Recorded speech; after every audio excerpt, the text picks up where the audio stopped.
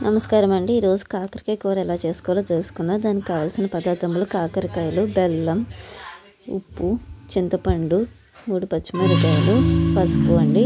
కాకరకాయ ముక్కలను ఇలాగా కట్ చేసుకుని పక్కన పెట్టుకోవాలి. పచ్చిమిరపకాయలను కూడా కట్ చేసుకుని పక్కన పెట్టుకోవాలి. ఒక గిన్నె తీసుకుని అందులోకి కాకరకాయలు ముక్కలను వేసుకోవాలి. నేను ఇక్కడ 1/2 కేజీ కాకరకాయలు తీసుకుంటున్నానండి. తీసుకుని వాటిని కట్ చేసుకున్నాను. అలాగే నిమ్మపండు సైజు నేను చింతపండుని వేసుకున్నాను. అలాగే తగినంత బెల్లం కూడా వేసుకున్నానండి. మనం ఎంత తీపి తింటామో దానికి సమానంగా మనం బెల్లం అనేది వేసుకుంటామండి.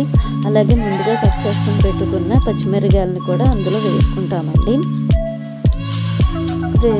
వేసుకుని కాకరకాయ చేదుగా ఉంటుంది అనుకుంటారు, కానీ చేదు ఏమి ఉంటుందండి. చేదు లేకుండా మనం ఇక్కడ బెల్లము, నిమ్మకాయ, చింతపండు వాడుతున్నామండి. చింతపండు లేని వాళ్ళు నిమ్మకాయ వాడుకోవచ్చు. తగినంత ఉప్పు వేసుకున్నానండి. అలాగే పసుపు కూడా వేసుకుంటున్నానండి. చింతపండు తినను అనుకున్న వాళ్ళు నిమ్మకాయ వేసుకోండి. ఇలా అన్నీ వేసుకున్నాక అందులోకి ఆ ముక్కలు ములిగేదాకా, అంటే ఆ ముక్కలన్నీ ములిగేదాకా పై అంతా వాటర్ అనేది పోసుకుంటాం. ఇప్పుడు మనం పొయ్యి వెలిగించుకొని ఆ గిన్నెను అనేది పెట్టుకుంటాం. నేను ఇక్కడ జరస్మిన్ గిన్నె వాడుతున్నానండి, ఎందుకంటే అంటుకోకుండా మాడిపోకుండా ఉండడానికి. చూడండి, ఇలాగా బాగా ఉడికాక బాగా దగ్గరికంటే రావాలండి.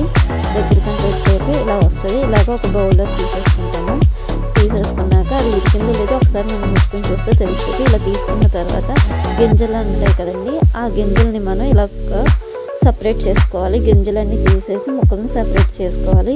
ఇలా ఎందుకు సపరేట్ అంటే గింజలు మనకి నవలడానికి బాగోదు కాబట్టి.